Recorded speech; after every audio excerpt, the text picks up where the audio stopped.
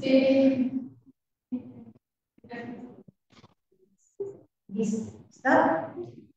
Pues, buenas tardes a todos, gracias por acompañarnos, gracias a los que están aquí, gracias a los que nos siguen en las redes sociales. Bueno, el día de hoy, no, fíjate que no me puedo decir, pero bueno, justo preparé todo. El día de hoy tenemos a Gabriel Fierro Nuño, que nos va a presentar la ponencia sobre el paisaje en los diarios de viajeros, representación de las relaciones internas. Ahora sí, les cuento un poco sobre él. Gabriel Fierro Nuño cursó estudios de licenciatura en Filosofía por la Universidad Internacional y de Teología por la Universidad Pontificia de México. Realizó una maestría en Historia por el Instituto de Investigaciones Históricas de la Universidad Autónoma de Baja California. Actualmente cursa el posgrado de doctorado en el mismo instituto. Ha dado clases para asignatura en la UPM, que es la Universidad Pontificia de México, y en la Facultad de Humanidades de la UAS. Es autor de artículos en la revista Intersticios de la UIP y médico de la Universidad Autónoma de Baja California. Es coautor de capítulos del libro de letras de bibliografía baja californiana del siglo XIX, que se publicó en el 2023. Actualmente investiga sobre la mirada del paisaje en viajeros extranjeros por la península de Baja California, y de hecho su tesis doctoral se titula Miradas del paisaje baja californiano en 4 diarios de viajeros, de 1766 a 1860. Pues muchas gracias por acompañarnos, gracias a todos, y pues ahora sí, usted da la palabra. Muchísimas gracias por la invitación. Me faltó decir que es codirectora de tesis, entonces es importante, junto con el doctor Pedro Espinosa, que está también en el Instituto de Investigaciones de Baja California.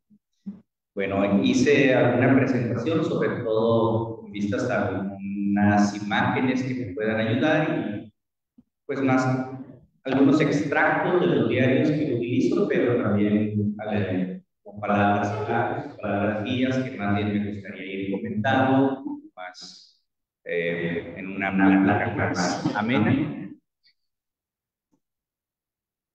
Bueno, comienzo diciendo en estas dos imágenes que son vistas satelitales de ambas penínsulas del país, aquí donde estamos, y de la que yo provengo, porque justamente creo que esto nos invita a pensar cómo el terreno, el tipo de tierra determina en gran manera el tipo de viaje, por dónde se viaja, qué ritmo se viaja. La península de ustedes es verde, el agua no sería un problema para los viajeros. Me imagino, probablemente aquí las especialistas son ustedes. Tal vez sería más de la selva, como presentar.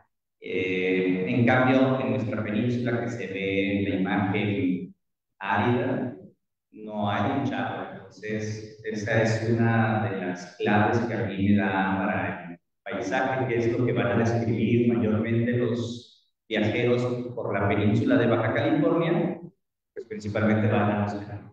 Entonces, el agua está presente en todos los caminos por donde van. Esto lo voy a desarrollar más adelante. Y es paradójico, ¿no? Que en una península donde hay muy poca agua, lo que más aparece en el isla. Y no sé, no he leído viajeros, al menos mucho, antes de la doctora y de la doctora de Pérez también, pero supongo que en los diarios de los viajeros por esta península de Yucatán, quizá la agua no aparezca mucho, porque entonces, bueno, esta sería como para empezar, como diciendo el lugar, los lugares por donde va pasando, es lo que va a determinar. Entonces, de península a península.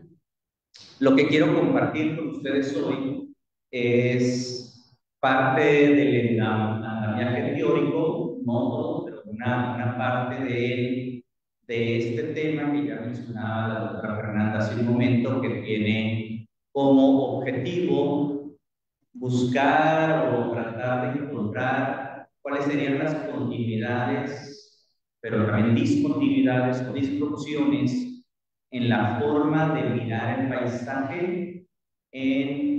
Yo tomo como base 4 viajeros, aunque tomo como referencia algunos otros diarios de viaje, son 4 con los que yo me concentro más y que caminan la península o cabalgan la península en algunos casos, en la mayoría de los casos, a finales del siglo XVIII y la primera parte del siglo XIX.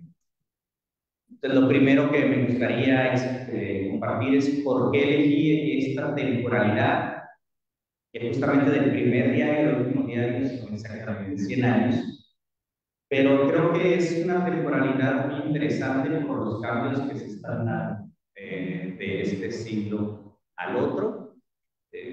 Podemos pensar en Factor, ¿no?, donde hablaba del cambio del régimen de historicidad, de un régimen que él al principio llamaba del antiguo régimen, que después en el último libro de Cromos prefiere hablar más bien de un régimen cristiano de historicidad, donde lo fundamental es la referencia al pasado. Hartog habla de la historia como maestra de vida, que entonces el actuar o las decisiones que se toman están referidas siempre como al pasado. En cambio, tomando como hito la Revolución Francesa, pero en este cambio de régimen al moderno, el futuro se convierte ahora en el paradigma principal de actuación y todo lo que se hace con vistas al progreso, a lo que se quiere lograr, al ideal de la nación. Está también la filosofía de Hegel, que habla, ¿no?, de este espíritu de la historia que se va dirigiendo hacia la consumación.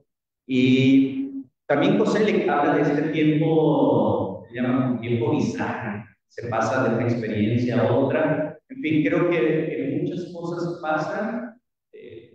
Obviamente también a nivel político, pues termina el régimen político colonial, comenzamos con la independencia. Entonces hay muchos siglos y por eso me interesaba a mí cómo ver el paisaje de los viajeros de este régimen cristiano y cómo lo ven los viajeros del régimen moderno, progresista, que además los 2 primeros que voy a tomar, que tomo en cuenta, son misioneros religiosos, un jesuita y un franciscano.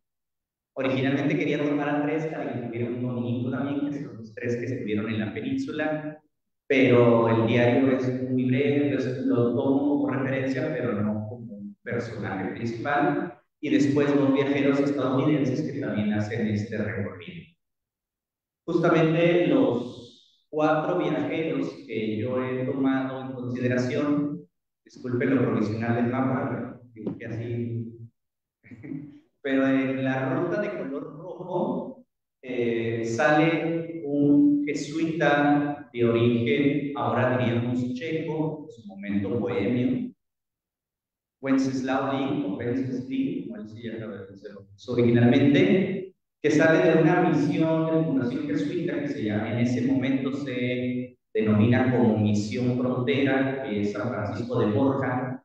La misión se encuentra más o menos donde empieza la línea roja, por aquí, cerca de la bahía de Los Ángeles, y él comienza un recorrido por lo que esto actualmente sería el Valle de los Cilios, una zona protegida naturalmente. Llega a la que él llama contracosta, Mar Pacífico, en su momento Mar del Sur, y después cruza esta sierra. No se ve muy bien aquí, pero aquí hay una sierra, la sierra de San Pedro Mártir actualmente, una fundación que se hizo dominica, y su objetivo es llegar aquí a la desembocadura del río Colorado. Actualmente se ve árido esta zona, pero en su momento era prácticamente un bosque, porque ahí desembocaba el río Colorado y estaba lleno de árboles, de animales, estaban de osos. En el momento en que se construye la presa Hoover, deja de producir agua y entonces eso se convierte ya en algo seco, ¿no? Hace le conoce como la laguna salada, pero ya. Sí. Después de Wenceslao Link, tomo otro misionero, pero en esta ocasión misionero franciscano, Fray Junípero Serra, un personaje controvertido, que fue canonizado hace algunos años y que también tiene retractores, entonces, personaje controvertido hasta el momento, pero yo como que no intento tanto sobre estas controversias, sino sobre el diario, el análisis de su diario, de su viaje, y él sale más al sur, en color morado, él sale de la primera misión que se fundó en la Baja California por los jesuitas a la tierra. Han salido un intento en San Juan, pero entonces él sale de Loreto, visita las antiguas misiones jesuitas, porque justamente un año antes, en el 1768, los jesuitas fueron expulsados de la península, como de todos los territorios no hispanos, y llegan los franciscanos, su propaganda pide a ocupar esas misiones. Pues lo que hace Junípero Serra es que va visitando esas antiguas misiones donde ya había unos franciscanos. La descripción entonces que hace del paisaje de esas misiones es de lugares que están ya en decadencia, cierta decadencia. Incluso cuando llega la misión de Santa Gertrudis, que está más o menos por aquí, platica que el misionero franciscano que estaba ahí estaba en una depresión, se la pasaba llorando, no quería que me fuera, que no se podía entender con los indígenas. Expulsan a los jesuitas que ya hablaban el idioma originario, cochiní, llegan los franciscanos, pero no saben. Entonces, y en ese momento no había un soldado acompañante, entonces se sentía solo, ¿no? Es una anécdota que cuenta. En fin, continúa hasta lo que fue la última misión, más o menos en esta zona, que es la misión de Santa María de los Ángeles.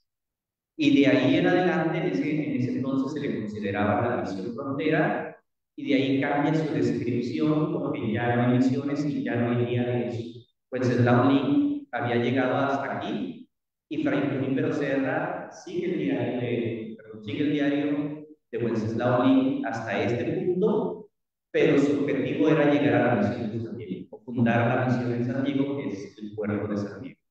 Este es otra manera de describir un paisaje que nadie antes había descrito, nadie lo ve. El tercero es un estadounidense, abogado, originario del Pensilvania, un pueblito de Pensilvania, que navega desde la costa este, después atraviesa caminando por Veracruz, Ciudad de México. Ciudad de México está un tiempo, después llega por embarcación hasta las costas de Sinaloa, y de Sinaloa navega a lo que es la bahía de Mulegé, en este punto de aquí. De la ruta verde correspondería a Janesville, que prácticamente hacen la misma ruta hasta aquí y continúan por la costa hasta llegar nuevamente a San Diego.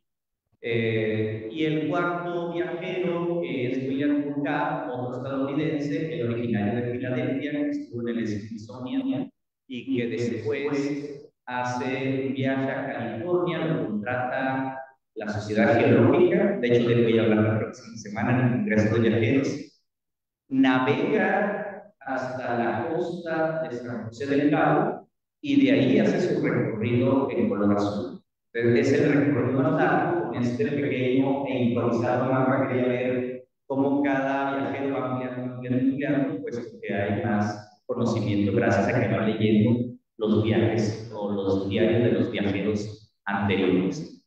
En concreto, para este día, para compartir con ustedes hoy, me voy a enfocar en los dos primeros viajeros, en el jesuita Wenceslao Link y en el franciscano Junípero Serra, que hasta este momento, pues estoy más o menos a la mitad de mi posgrado, son los que he trabajado un poco más. Entonces me voy a enfocar en ellos dos. Quizá más adelante vamos a compartir ya de los cuatro. Bueno, de los ejes analíticos que tomo para mi tesis, quise hablar sobre el paisaje como tal. Quise poner unas pinturas de Poune de finales del siglo XIX. Pinta Londres, o lo que sería el Parlamento de Londres, y lo pinta a diferentes horas del día, primero, y después lo pinta a diferentes épocas del año. Entonces, es un mismo edificio, el edificio tiene variaciones mínimas. Sin embargo, lo que cambia es su visión de Londres. tiene varias series, ¿no? También tiene la de la Catedral de Juan, tiene se me olvidó el nombre de las flores que pinta diferentes horas del día. Sí. Pero creo que me sirve esta serie de pinturas para decir cómo el paisaje se ha enfocado también y casi siempre no desde lo que se representa, sino de quién lo representa. Y si esto lo trasladamos al tema de los viajeros, entonces lo importante es quién es el viajero, cuál es su bagaje, su background, cuáles son sus condicionamientos culturales, pero también científicos, también teológicos, filosóficos, mucho desde la historia intelectual, desde la historia, pues, de las ideas, y con justa razón, ya también Roger Chartier, pues, ha sido un estudioso importante en el tema de las representaciones. Y si lo miramos desde su punto de vista, lo importante para esta serie de Monet no estaría como tal en el edificio del Parlamento, ni qué se hace en el Parlamento, ni de qué color es el Parlamento, da igual, lo importante es cómo el pintor capta los cambios de la luz o los cambios atmosféricos o a qué hora del día lo está viendo. Creo que esto me puede ayudar a mí a introducir el tema para ver cómo también el paisaje se ha enfocado desde la representación, es decir, desde quién es el que está mirando el paisaje.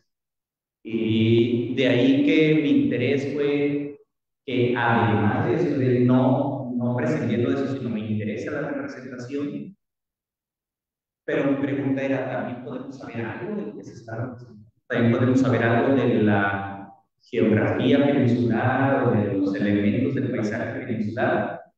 ¿O es imposible saber algo de ellos puesto que está mediado por el lenguaje?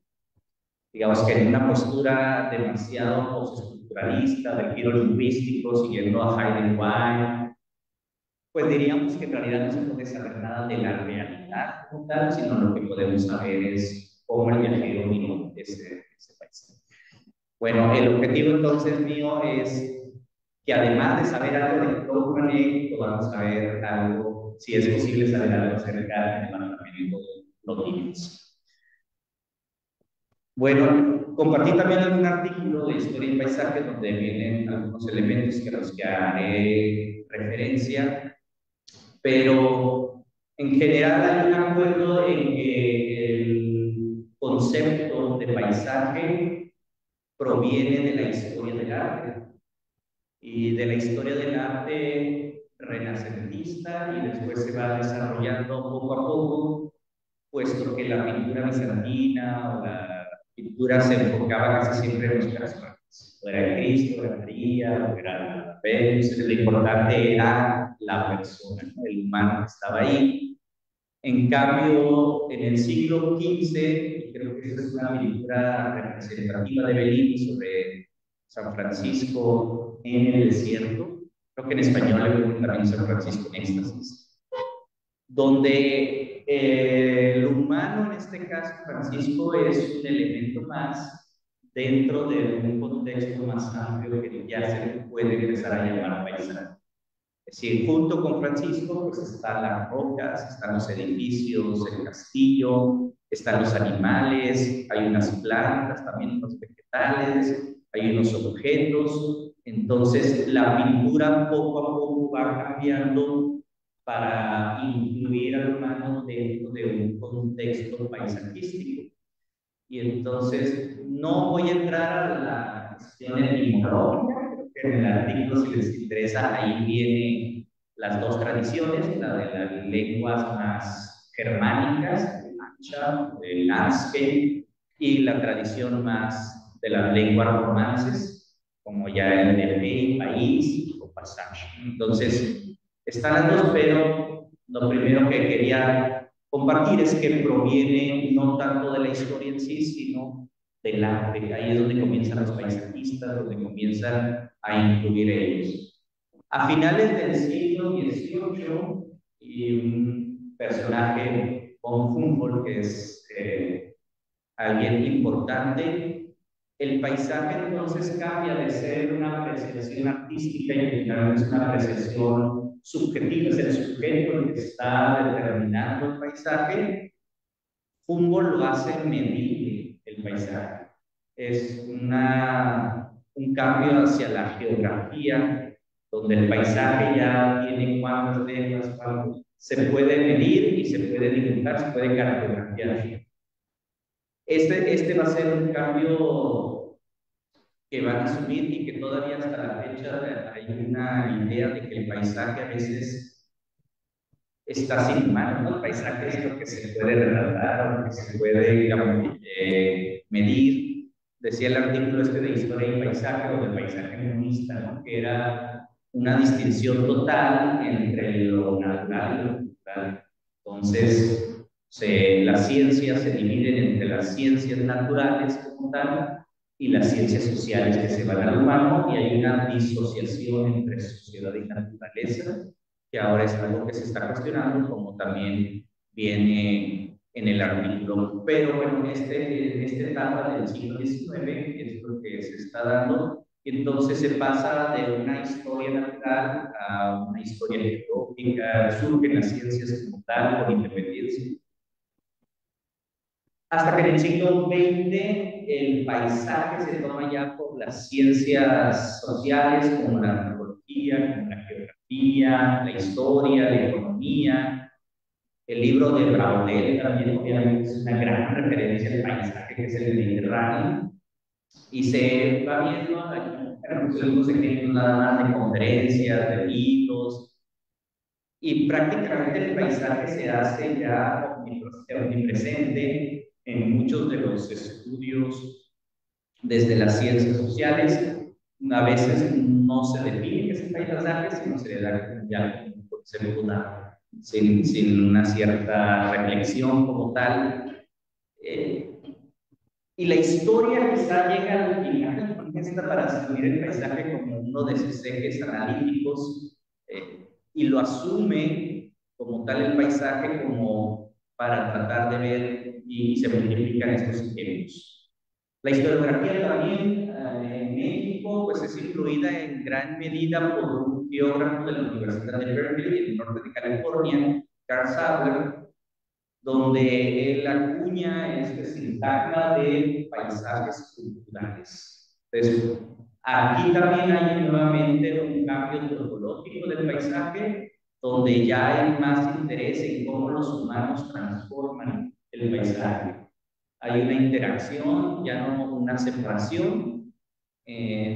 Para nosotros en el noroeste, Cynthia Radin es una autora principal, ha abordado Sonora y el noroeste, donde habla de paisaje, de poderes. Miguel Ángel Sorroche, también otro autor que ha manejado las visiones de Baja California, habla de paisaje cultural. Esto tiene que ver sobre todo en los años 90 con el auge de la antropología, de los estudios culturales, de la historia cultural. Y ya lo importante entonces es cómo la cultura transforma los paisajes.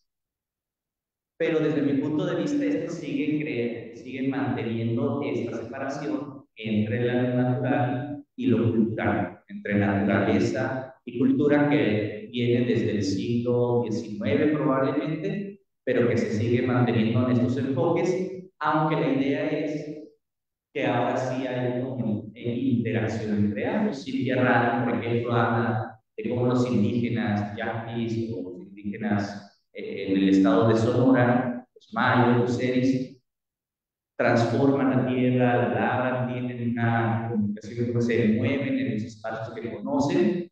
Este es como otro estadio más o un paso más en esta historia del paisaje como eje analítico. Ahora bien, mi punto aquí, o lo que yo quiero como implementar también para investigación, sin desechar lo anterior, sino más bien tomándolo como base, es ciertos aportes que la crítica posthumanista ha hecho a la historiografía o ha compartido con la historiografía.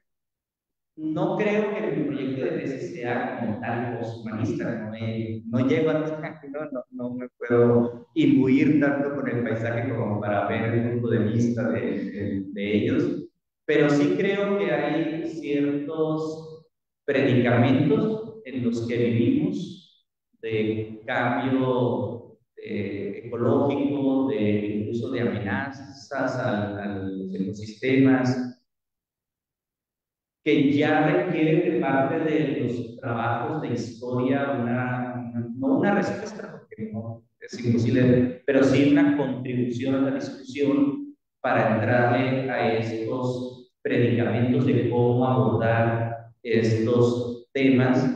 Incluso el libro de Elizabeth Kolber sobre la sexta extinción, que también llama mucho la atención sobre cómo se está viendo. Y en esta época que algunos autores, varios y creo que cada vez más, abordan con una nueva era geológica llamada el Antropoceno. Y es curioso, ¿no? Porque estamos en donde cayó el meteorito y fue justamente un cambio de era geológica. Pues ahora hay una nueva era geológica que tiene como característica principal que las acciones de los seres humanos están cambiando la estructura de la Tierra. Y entonces eso creo que sí nos llama o implica una contribución o al menos cuestionarnos otras cosas, cuestionarnos cosas distintas a las que anteriormente se habían cuestionado. ¿Cuándo empieza el antropoceno? Así es una cuestión más discutida y la imagen dice que en 1800 por la revolución industrial, pero en realidad pues hay desde el punto de vista que se enfoque, hay unos que hablan del piroceno, que es cuando el fuego se utiliza para quemar pastizales o bosques, para ahí comienza. Hay otros dicen que más bien es con el capitalismo, en fin, hay distintas maneras de verlo, pero sí creo que hay un consenso cada vez mayor de que estamos en una nueva era geológica. Y en esta nueva era geológica del llamado así antropoceno, por ejemplo, Peter Hook habla de un giro de la naturaleza, giro natural, donde él dice que debemos estar abiertos a nuevos intentos por escribir una historia con animales y cosas que tienen atributos de alguna clase de agencia o autonomía. En esa postura de Burke, él dice que los humanos nos hemos creído con este excepcionalismo de que la historia sucede solo por nuestras decisiones, por nuestras acciones, cuando en realidad hay otros factores no humanos que determinan en gran medida o influyen también en el evento histórico. Para mí es un punto importante cuando hablo de los viajes que hacen estos cuatro, pero ahora hablaré de los viajeros, porque no es que ellos digan, voy a caminar por la península y me gusta esta ruta para la ciudad y la quiero hacer en tantos días. En realidad eso es imposible porque dependen de muchos elementos que a continuación voy a ir como mencionando solamente algunos de ellos. Omar Iqbal también, uno de los autores que han estado muy activos en la publicación de historiografía posthumanista, dice que la disciplina histórica necesita superar esas distinciones tajantes y maniqueas entre la historia natural y la historia humana, entre la historia escrita y la historia profunda, entre la historia humana y la historia multiespecies, entre la historia nacional y la historia planetaria. Entonces, para él es necesario, pues, otro tipo de planteamientos que no solamente se enfoquen en la interacción de ambas, sino que traten de ir más allá de esas distinciones. Entonces se habla ya no solamente de una historia humana, sino de una historia planetaria, de la historia humana es una muy pequeña parte de esta historia humana, o ya no solamente hablar de la historia de los animales o la historia de los árboles, sino cómo interactúan humanos, animales, plantas, microorganismos. Bueno, estos son los planteamientos que a mí los tomo como referencia para un planteamiento distinto del paisaje observado, visto o experimentado, quizás sea la palabra más correcta, por los viajeros. Por eso, entonces, desde estos planteamientos, pues no solamente epistemológicos, sino también ontológicos, yo hablo de ciertos agentes viajeros, ya no solamente de un viajero que es el que decide y el que va organizando y el que va orquestando el viaje como tal, sino probablemente de una comunidad viajera. Y entiendo la comunidad no solamente desde el punto de vista antropocéntrico, la comunidad es un grupo de humanos, sino en el sentido de, pues que lo utilizan, por ejemplo, Escobar, Mención de la Cadena, Mario Láser, donde hablan de una comunidad habitada también por animales, por plantas, incluso ellos dicen por espíritus, o sea, es una comunidad mucho más holística. ¿Quiénes entonces serían los viajeros? Pues sí, el viajero es Ímero Serra, es Wenceslao Lee, pero también van los soldados. Y además los soldados, en el caso de Baja California, pues la hacen de arrieros, de carpinteros, y de los que arreglan los caminos, de los que hacen pozos para sacar agua. También van indígenas que pues, a veces de manera voluntaria y a veces de manera no voluntaria, sino más bien pues a veces obligados, también van acompañando y que en realidad son ellos los que desempeñan un papel fundamental en el viaje porque la hacen de intérpretes, pero también son los que conocen dónde están los ojos de agua, son los que conocen dónde hay pasto, porque si llevas animales, el pasto es indispensable. Aquí también no haría mucho problema, pero en la península de Baja California el pasto es algo que no se consigue tan fácilmente y que además depende mucho de la época del año en que vayas, porque si vas en otoño no vas a encontrar pasto. Por eso todos los viajes son en el verano, en el invierno. Es decir, entre enero y abril es la época en la que se viaja en Baja California, que es cuando ya cayeron las primeras lluvias y salió algún tipo de hierba.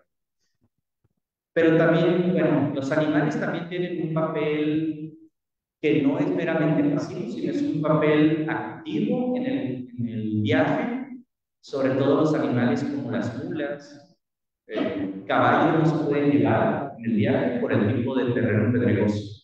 Pues tienen que ser mulas o burros y pues los animales a veces deciden avanzar y a veces deciden no avanzar.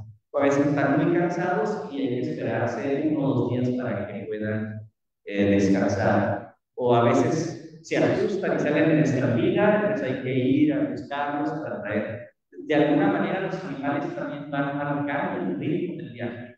En qué momento se avanza, en qué momento se detiene, en qué momento se retrocede. También hay virus, y bueno, SARS-CoV-2 nos enseñó que el virus es un agente histórico importante, pero en este momento donde los virus también están llegando y están enfermando a los indígenas principalmente. Y cuando tienen enfermos, igual no puedes avanzar o no puedes retroceder. En el caso del viaje de Fray Junípero Serra, hay indígenas que van muriendo por el camino. El virus, pero los virus también están actuando y están ejerciendo su agencia histórica y objetos que ayudan a que el viaje vaya también en el sexante o el astrolabio. Hay objetos que también antes sería imposible a lo mejor encontrar una ruta y que con estos objetos también se ayudan. Pongo un extracto del diario de Wenceslao Lee que dice: no dudamos que están ya muy cerca del desemboque del río Colorado, lo que animó al teniente de Blas Fernández por estar ya las más de las bestias imposibilitadas por tener gastados los cascos a pasar delante en busca del río. Es decir, ¿cuál era el objetivo del viaje de Wenceslao Lee? Llegar al río Colorado. ¿Por qué? Porque si lograban cruzar el río Colorado, conectaban con las naciones de Sonora y entonces se creaba un circuito de ayuda. ¿Por qué no pudo llegar? Porque las mulas se lo pidieron. Si las mulas dijeron hasta aquí llegamos y ya no quisieron continuar. Entonces, por ahí es donde entra, quizás algunos no están del todo de acuerdo con que los animales tengan cierta agencia, porque de la agencia se entiende desde el sentido antropocéntrico, ¿no? Agencia es el que piensa como humano, que decide como humano, pero si se entiende la agencialidad, por eso como Michel Delphi, la filósofa de Bélgica, bueno, incluso con algunos otros filósofos estudiosos, si se entiende la agencialidad como esta influir en las decisiones de otros, pues los animales están influyendo en las decisiones de otros. Y bueno, por el caso del nífero serra, pues también hay un insecto por ahí que le hace, ahora que estábamos investigando sobre los insectos, hay, cuando va caminando de Veracruz a la Ciudad de México, dice que un insecto lo pica y le hace una llaga en la pierna. Y en este momento en que va caminando por la península de Baja California, a veces le duele tanto la pierna que tiene que irlo cargando. Obviamente el viaje se aleja. Y hay veces donde dicen, ya no puedo seguir, necesito 1 o 2 días para recuperarme de la pierna. Entonces, ese insecto pues también influyó incluso en este trazado del viaje de Rey Serra. Bueno, y la propuesta que yo hago para mi investigación, ya más concretamente, es algo que hasta el momento tomo como paisajes ensamblados. Más adelante explicaré cuáles hay otras posibles traducciones, pero hasta ahorita, digamos, el paisaje ensamblado sería como una propuesta para ver algo que responda más a estos nuevos planteamientos de la historiografía. Entonces, las representaciones, principalmente su herramienta para el estudio, pues es la epistemología, que tiene que ver con el conocimiento, que tiene que ver con el lenguaje, que tiene que ver con el giro lingüístico. En cambio, hablar ya no solamente de representaciones del paisaje, sino además de relaciones del paisaje, remite más a una ontología. Tiene que ver con presencia, tiene que ver con experiencia, tiene que ver con el ser, e incluso podríamos hablar de cierta experiencia de la realidad. No solamente representación, sino como realidad. En las representaciones, entonces, los análisis de tipo textual, literario, los que se enfocan en el lenguaje son sumamente importantes y de hecho lo siguen siendo porque el lenguaje es una mediación para acercarnos a la realidad.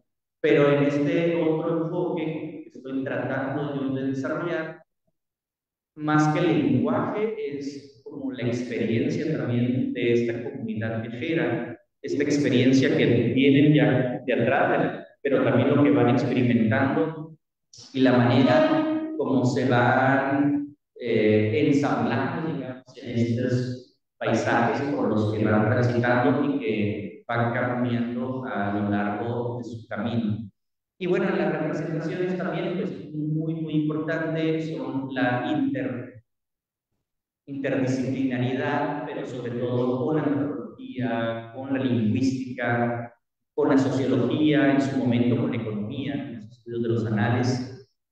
Ahora, en cambio, con las relaciones, además de esas ciencias, se habla de lo que se llama ciencias del sistema Tierra, donde son más bien como grupos interdisciplinarios, de geólogos, de biólogos, y además hay antropólogos, y además hay historiadores, y además hay sociólogos. Es decir, se trata como de no separar esto entre la ciencia natural y la ciencia humana, sino de crear un sistema en conjunto que se denomina ciencias del sistema Tierra. Justamente para mi tesis yo he tenido que leer también ciertos textos de biología, de geología, de hidráulica, de geografía, es decir, he tratado de eso. Hay una historiadora polaca, Eva Tomaska, donde dice que el historiador ahora necesita, creo que la palabra que dice es realfabetizarse de la ciencia, es decir, sabemos muchos conceptos de antropología, muchos de sociología, pero sabemos poco de lo que están diciendo los biólogos principalmente. Bueno, es una postura a lo mejor muy radical la de ella, pero lo que sí es cierto, si queremos también tener una perspectiva de este paisaje, pues también estas ciencias del sistema Tierra nos ayudan a nosotros a tener una mejor idea de ello. Esta es una serie de imágenes. ¿Cuál sería Baja California? ¿Cuál sería más representativa?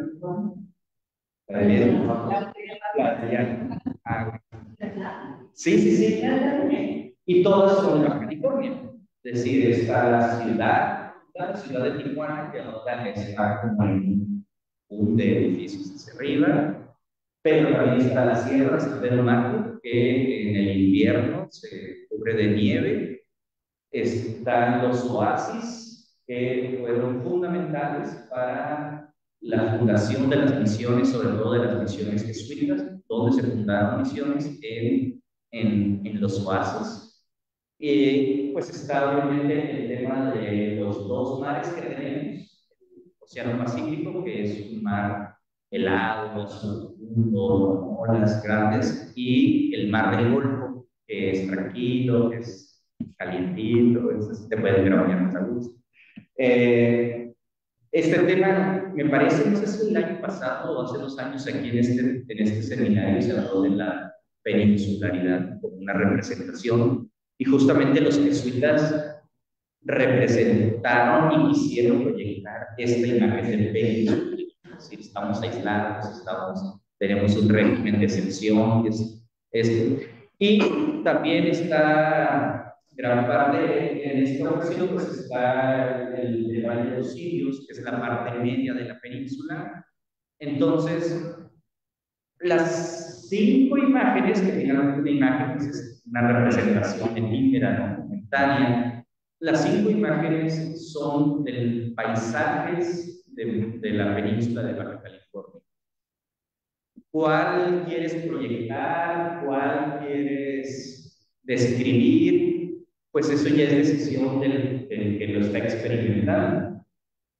Algunos podrán decir, pues a mi ciudad, mi el mar, mi la sierra, en fin. Y obviamente pude haber puesto también imágenes de la península de Yucatán y sería el mismo caso. Bueno, los viajeros que yo analizo también toman sus decisiones de qué quieren representar en sus diarios. ¿Por qué no ven algunas cosas? Porque si ven algunas cosas, ¿por qué hablan muy poquito de unas cosas y por qué les interesa hablar más de otra? Eso es parte de lo que yo quiero o estoy intentando de investigar o de analizar por qué toman estas decisiones. Porque guardan silencio sobre algunos que sabemos que pasaron por ahí o que sabemos que, y por qué en otros casos sí deciden representarlo, sí deciden narrarlo y hablarlo. Ahorita veré como ejemplos ya un poquito más concretos al respecto. Entonces, para mí, el viajero no es alguien que está viendo de fuera el paisaje, como en estas tradiciones que vimos, tanto la de la historia del arte como la de von Humboldt, e incluso la del paisaje cultural, donde finalmente hay como un distanciamiento para poder ver, sino el viajero es alguien que al mismo tiempo se está encerrando con el paisaje, que es parte de él. Por eso hablo de presencias en interacción, donde el viajero puede representar lo que está viendo y que además decide contar, pero al mismo tiempo preguntarnos de cómo ese viajero ha representado por los que lo están viendo. Es algo un poquito más complicado de responder, pero también los indígenas debían hacerse una representación de aquel monje que estaba caminando con sandalias, con un hábito. Bueno, aquí lo pintaron café, pero se supone que en su momento debió haber sido más de un color azul, que utilizaban los franciscanos en el siglo XVIII. Y que incluso Eduardo Font, que tiene un libro que se llama Cómo piensan los bosques, él dice que no es exclusivo de los humanos la representación, sino que los animales también se hacen representaciones. Entonces, ¿cómo el puma representaba a aquellos que, o como un puma miraría un caballo que quizá nunca había visto en su vida, que le representaba para él. En fin, ese es como, entonces mi idea es como en este ensamblaje del paisaje, ver al viajero como parte de ese ensamblaje es el cometido que tengo. Hablo también de relaciones ontológicas de un paisaje ensamblado, porque en estos paisajes todo se relaciona, todo tiene una interacción que creo que la ciencia en su devenir en el siglo XIX y todavía en el siglo XX, el método científico lo que hacía era diseccionar lo más posible. Si la ciencia se fue especializando tanto que solamente se estudiaba un pedacito o un órgano del cuerpo, soy especialista en hígado y nada más, no me interesa lo demás. Cuando creo que ahora lo que se está viendo es enfoques mucho más incorporados, más interconectados, donde el médico, por ejemplo, pues sí, eres especialista en riñón, pero finalmente estás con una persona y esa persona está en una familia y esa familia en una sociedad y esa sociedad está en un planeta. Entonces, hay interacciones, hay relaciones, que eso es algo que a mí me interesa. Ya decía de esto de observante y observado, el viajero que estamos observando él, pero también está siendo observado por los demás, los que van con él y los que van saliendo a su encuentro. Y también algo que leí ahora en el libro de Anna Singh sobre las setas del fin del mundo, un libro más allá de aplicación humanista como tal, donde habla de que los paisajes además son fragmentarios y hay incertidumbre. Entonces, ¿a qué se refiere con paisajes fragmentarios? Al menos como yo lo entiendo, se refiere a que también confluyen distintas temporalidades. Cada uno tiene su tiempo, cada uno tiene su ritmo, y a veces los historiadores como que tendemos más a la sincronía, como meterlos todos en el mismo tiempo. Sin embargo, van confluyendo distintas temporalidades y a veces es un peligro que se trate como de compaginar estas temporalidades porque entonces viene la jerarquización. De ahí que un historiador muy reconocido, cuando hablaba de los indígenas de Baja California, él decía que vivían en un paleolítico fosilizado, como si se hubieran quedado atorados en la historia, cuando en realidad hay distintas temporalidades que están conviviendo, siendo que la diacronía realmente es lo que identifica estas relaciones humanas y no humanas. Le puse la mirada de León porque hay un texto de Número Serra de Santiago que dice que todas las noches de sus últimos 4 días nos ha estado rugiendo por los contornos un león. Dios nos libre de él como hasta aquí. Ya no puse la cifra de Huitzilopochtli, pero también menciona, dice que cuando él iba en su viaje, igual un león nos estaba merodeando. Bueno, en Baja California no hay león, lo que hay son pumas. Y entonces, desde la representación, podemos entender que, por ejemplo, ustedes conocen bien a Buffon, pero para Buffon, como que en América todo era más, excepto los insectos, todo lo demás era más reducido, más, pues, como menos, como decadencia de lo europeo. Y entonces, ¿por qué le llaman león? Porque uno es como un león en decadencia, como un león menor, que se le cayó la moneda. Entonces, en estos estudios de la representación, pues podemos entender con estas ideas, con estas ideologías, esta epistemología, ¿por qué le llama león? A lo que en realidad sería un puma, desde el contexto o el bagaje biológico que traería tanto Lin como Wenceslao Lin. Hay un libro bíblico, no sé si es una carta de Pedro o algo así, que dice que el león ruge buscando a quien devorar. Entonces, hay una idea de león como esta, así como la serpiente, también sería como un símbolo del acecho pues del diablo, ¿no? De esta figura maligna. Entonces, si es este león el que los va siguiendo, el que los va merodeando, probablemente también está este bagaje teológico de esta figura, y por lo tanto el león sería una representación de la amenaza que representa el ir caminando por estas tierras que pues Slaulin define como tierras gentiles, y Junípero Serra dice que son tierras infieles, y hay un matiz en cada una que ahorita, bueno, no puedo desarrollar, pero hay un matiz en la manera de narrar de eso. Pero enfocado también desde la cuestión de la ontología relacional, podríamos ver que el Puma quizá tiene curiosidad de acercarse y ver quiénes son aquellos. ¿Por qué no atacan? ¿Por qué no bajan? Porque están en la montaña, en el Puma.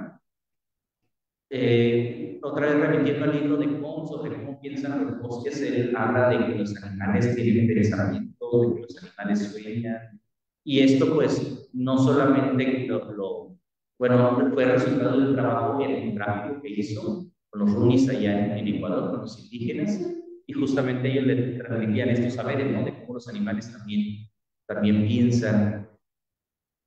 Y tiene una agencialidad en el sentido de que varias veces, según Wenceslao Lee, el puma hizo que las mulas salieran estampidas, y entonces había que ir por las mulas, traerlas de regreso, y eso les retrasaba en su viaje, o eso hacía que no pudieran caminar lo que querían caminar en ese momento. Entonces está el puma también ejerciendo una agencia histórica, está cambiando el transcurso de la historia de ese viaje. O puede ser que el puma se encuentre incómodo por otra presencia. También podemos pensar en un puma que nunca había visto quizá una res. En el trayecto de Serra, él lleva ganado. Para él sería como, ¿qué es esto? Me incomoda estos que están viniendo por mi territorio. En fin, creo que este es un ejemplo, sí, muy sencillo, pero obviamente el puma no ocupa un papel protagónico en el diario. De hecho, la doctora Fernanda, ¿no? Hacía referencia a este principio inicial de Carlos Ginzburg. No tienen que ocupar un papel protagónico, puesto que es un discurso, es un escrito finalmente reconocente. Si le interesa la conversión de los indígenas, o le interesa fundar una misión porque vienen los rusos, están llegando a las costas. Entonces, pero en estos indicios que nos deja, ahí es donde podemos entrar a ver como estas distintas perspectivas. Y bueno, lo titulé La mirada del león porque Viveiros de Castro tiene un libro que se llama La mirada del jaguar, donde él da desde los saberes amerindios, del Amazonas,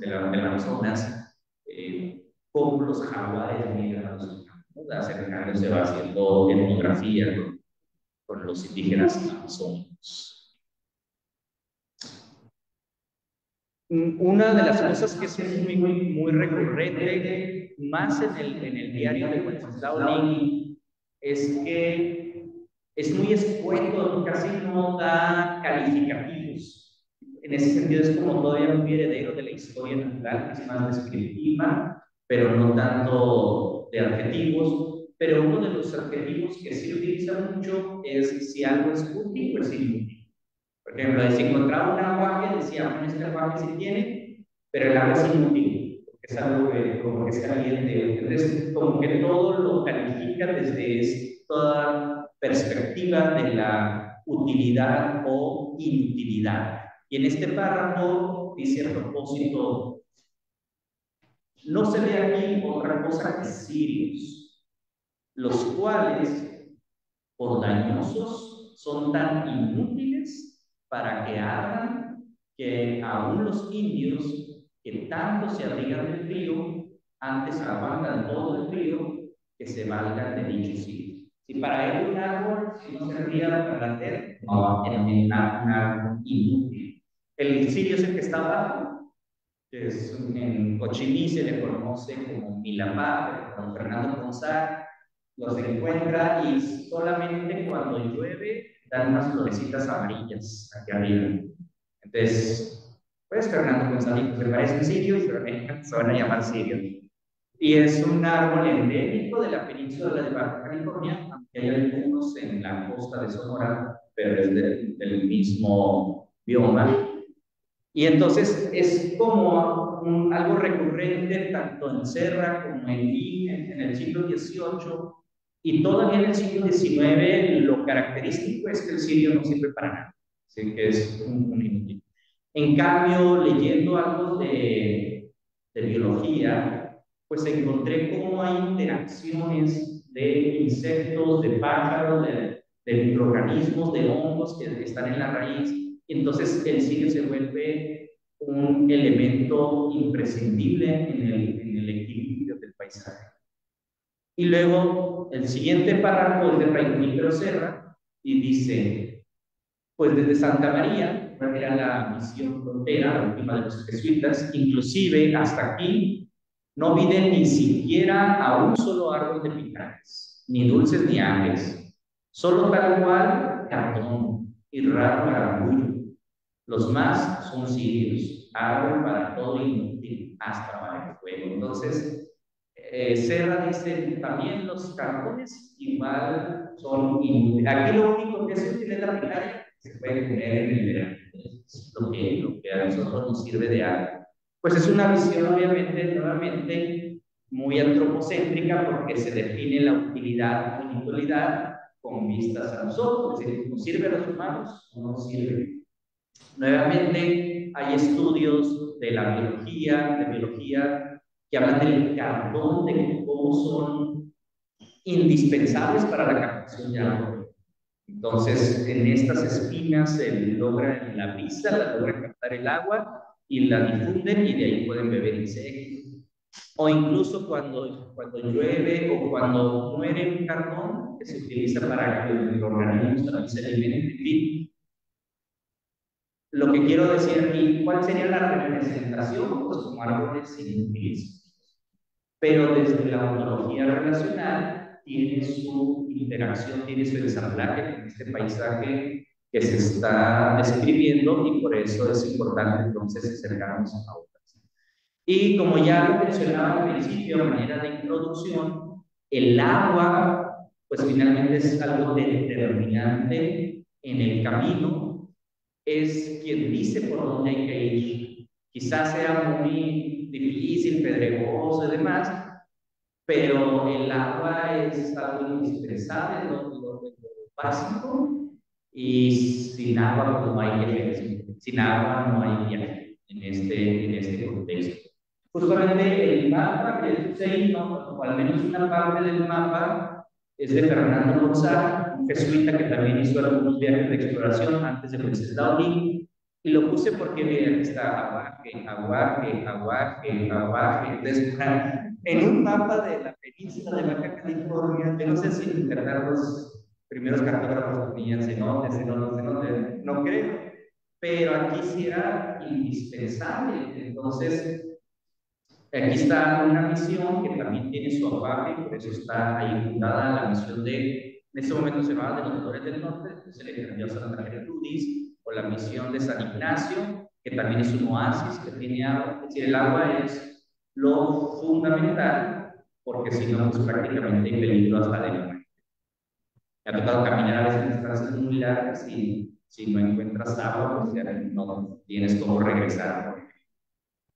La falta de agua retrasaba también el avance, es decir, había momentos donde no había agua y no había una parte cerca, y lo que se hacía es mandar a un grupo de exploradores para que buscaran un aguaje y trajeran agua en lo que llamaban las botas.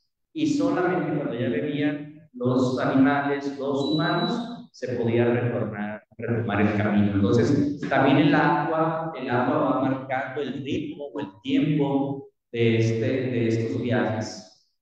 Y no solamente para los humanos, sino también para los animales, para preparar la comida, para lavar. En fin, el agua era algo indispensable. Hay un texto, bueno, un párrafo del texto de Serra donde dice: las reses ya estaban con una tremenda sed, les tuvimos que salir a explorar, traer agua, darles de beber, y entonces ya pudimos retomar el camino. Y el agua, pues, es el elemento, como mencionaba al principio, paisajístico que más se mencionan en estos diarios que yo he. Y no solamente se dice si es agua dulce o es agua salubre, también se dice cómo puedes captar agua, si hay tinajas, si ha llovido o no llovido, si cayó nieve o no cayó nieve. Todo eso era importante plasmar en el diario de viaje, que debía tomar como base para los viajeros. Estos diarios se hacían copias y se mandaban al virrey, pero también se quedaban en el puerto de San Blas, para que los que fueran ahí pudieran consultar los diarios y ver cómo, junto con los mapas que se hacían, la cartografía. ¿Qué animales son los que son observados como parte del paisaje por parte, en este caso, de Fray Junípero Serra, de Wenceslao Lin? Leo un párrafo o unas líneas más bien de Wenceslao Lin. En San Luis comienza la abundancia de liebres y conejos, y aún aquí no es nada si se compara con otras tierras. Son el pasto ordinario. Habla de este conejo que se le conoce como conejo del desierto, y que por el tipo de color pues es más fácil camuflajearse. Es decir, realmente hay interacciones con el paisaje que lo hacen estar adaptado a este tipo de paisaje. Y después, por ejemplo, Junípero Serra escribió: se vieron coyotes, venados y más de berreños. Este de aquí es un berreño, es un antílope de ahí del norte. Y en este paraje son muchos más, pero nuestros cazadores han estado desgraciados, porque berreños, venados y liebres, todos han burlado sus tíos y se han quedado paseando, y nosotros, de carne fresca, con solo los deseos. Entonces, quise poner estos dos párrafos para ver cómo, a pesar de que comparten muchas maneras de representar el paisaje, también tienen sus peculiaridades.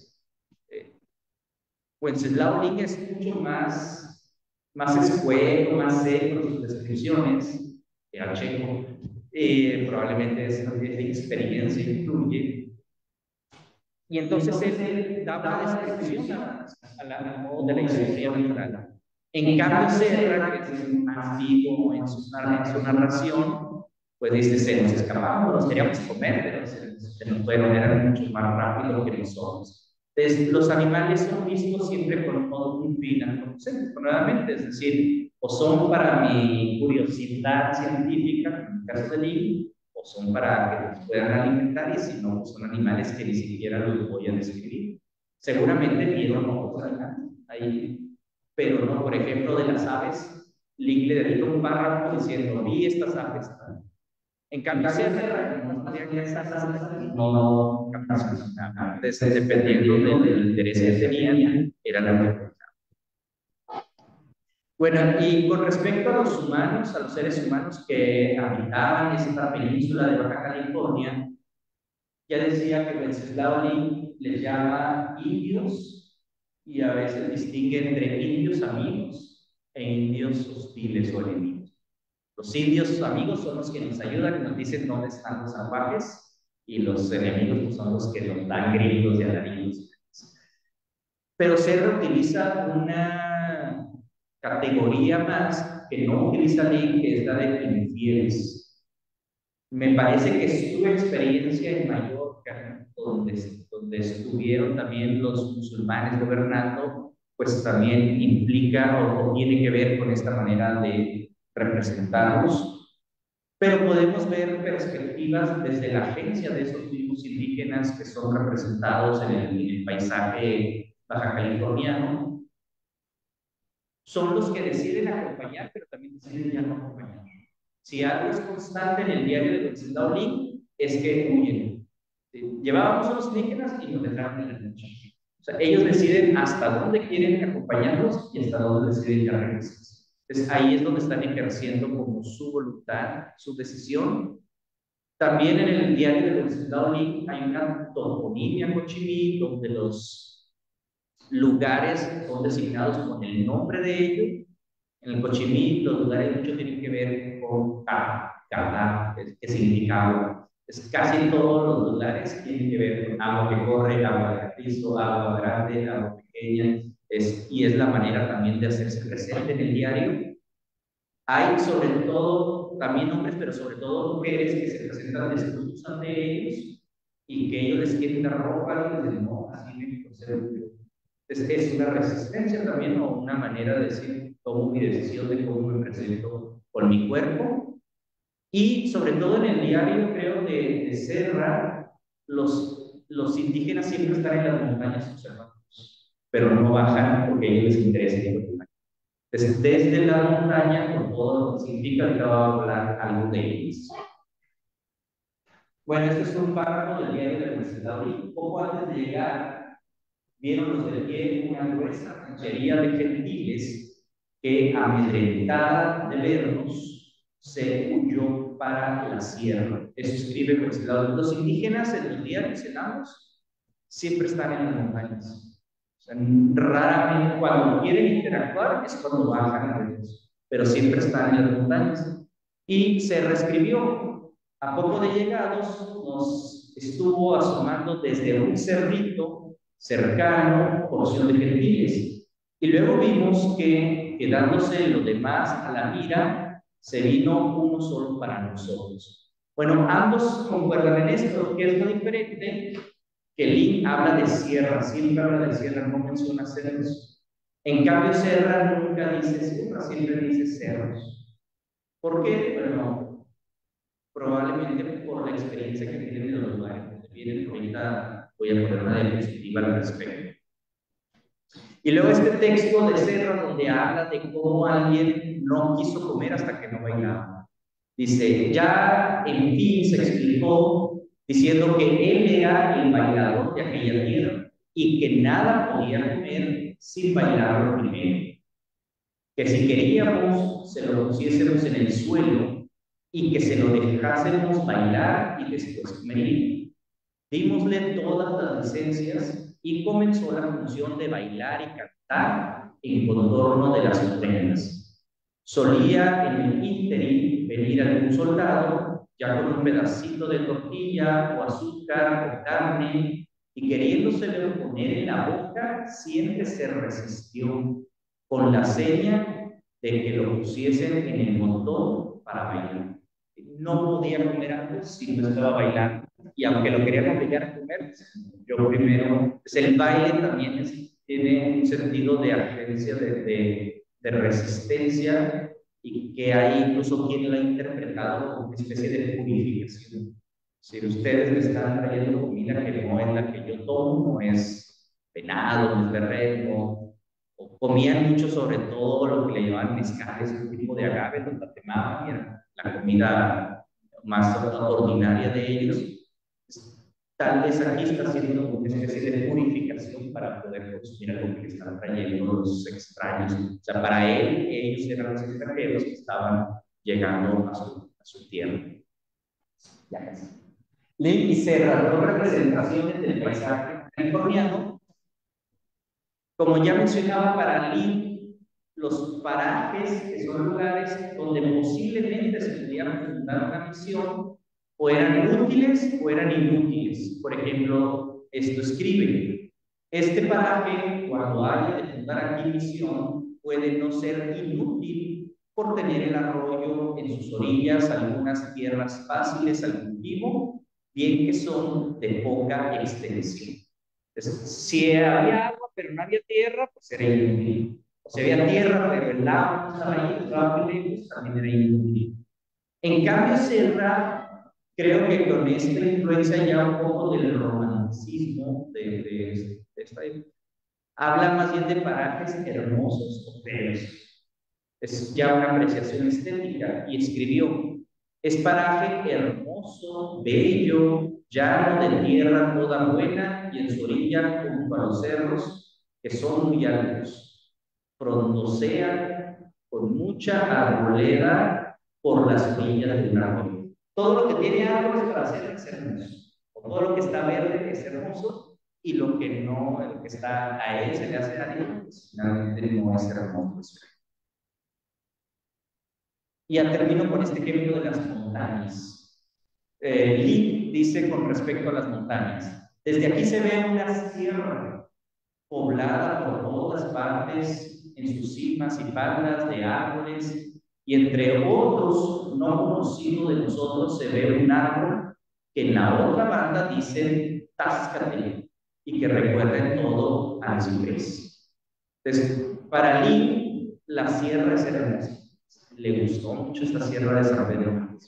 De hecho, es la cima más alta de toda la Baja California, ahora ya en el cañón. Sí, la cima, cañón de la Providencia o del Llano. Y en cambio, Junípero Serra dice: una hora y algo más anduvimos de río, pero siempre seguido de ambas partes de altísimos cerros, sin que en todo dicho tramo se ofrezca un pedacito de tierra llana que pueda fecundarse con su tiempo. Están hablando de la misma sierra, pero para Lee es algo hermoso la sierra, y en cambio para Junípero pues es molesto porque no hay tierras, entonces no tiene caso ni siquiera mirarlas. Estas son, aquí es Nejek, que es en Croacia, casi en la frontera con Alemania, donde nació Lee.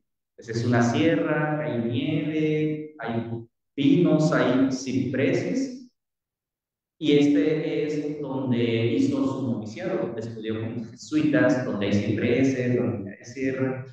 Entonces, para él, este elevado y demás es algo bellísimo, ¿verdad? Incluso va con dos alemanes que se encontró, que eran náufragos de la nave China, y dice: estos alemanes son muy buenos para el frío, no les hace nada, están acostumbrados.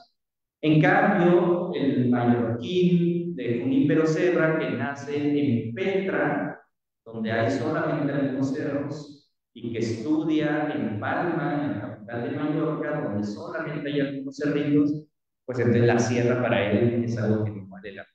Pues más bien habla de cerros. Entonces, la experiencia que trae, la experiencia de vida, la experiencia del paisaje de antes, influye en la manera de representar a las montañas. Y luego dice que aquí voy a hablar con las montañas. Bueno, es una paráfrasis, ¿no? No solamente hay quien puede hablar por el subalterno, sino también hay un libro, no recuerdo el apellido, que se llama ¿Quién puede hablar por el mosquito? Y es una historia del mosquito en Egipto, muy interesante. Entonces, ¿quién puede hablar por las montañas? Pues tal vez los Kumeyaay, que son los indígenas que conoce Serra en su trayecto, y según un estudio etnográfico de Everardo Garduño, dice: en las narraciones Kumeyaay, las montañas se concebían como sitios asociados a seres mitológicos y se utilizaban como recinto de los muertos y sitios ceremoniales de iniciación de los chamanes. Por eso los indígenas tal vez siempre estaban en montañas, porque eran sus deidades, eran sus dioses que estaban ahí dormidos. O desde la arqueología también las montañas se hacen sentir, entre otras cosas, como terremotos. A Lee le tocó un terremoto. Y Gaspar de Portola es el que va acompañando a Serra en el viaje. Y él dice: aquí se experimentó un temblor de tierra sumamente fuerte, e implorando a María Santísima duraría como medio Ave María. Y al pasar medio cuarto de hora repitió, aunque ya no. En el viaje también la tierra se hace sentir, la tierra se ejerce ahí. La fotografía es por lo de la falla de San Andrés, que es algo que provoca muchos sismos en esta región de las Californias. Bueno, esta es la última diapositiva, con esta termino.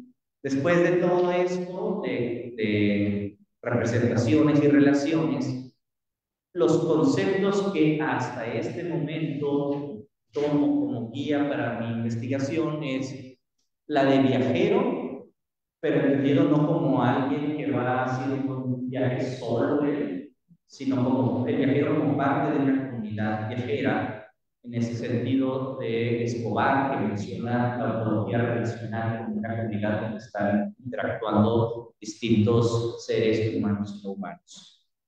También Al principio quería hablar yo de ciencia de los viajeros, ahora quiero hablar de experiencia viajera, que incluye la ciencia, incluye creencias, pero también incluye esta vivencia, la memoria, de dónde vienen. Por eso es importante estos elementos antes de abordar los diarios. Y luego ya entro al paisaje que ensamblado, que en inglés que es una palabra difícil de traducir. De hecho, hemos dialogado al respecto. Hasta el momento, digamos, ensamblado, pero no con un ensamblaje perfecto como leo, ¿no? Sino un ensamblaje también, decíamos, fragmentario, con fricciones. O Eduardo Kohn habla de enmarañado, Ana Sí habla del conjunto polifónico, son diferentes voces, no una sola melodía, distintas, o paisaje relacionado. En fin, todavía estoy como tratando de ver cuál sería la mejor opción. Y los espacios y el ritmo del viaje, que es designado en parte por los humanos, en parte por los animales.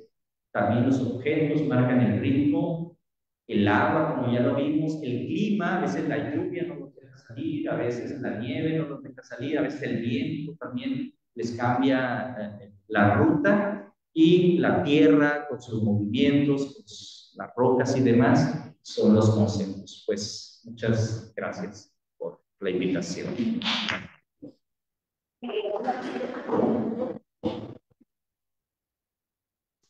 Voy a apagar mi cámara. Perfecto, pues muchas gracias. Muy interesante. Voy a diga, tú ya me sigues mucho. ¿Algún comentario?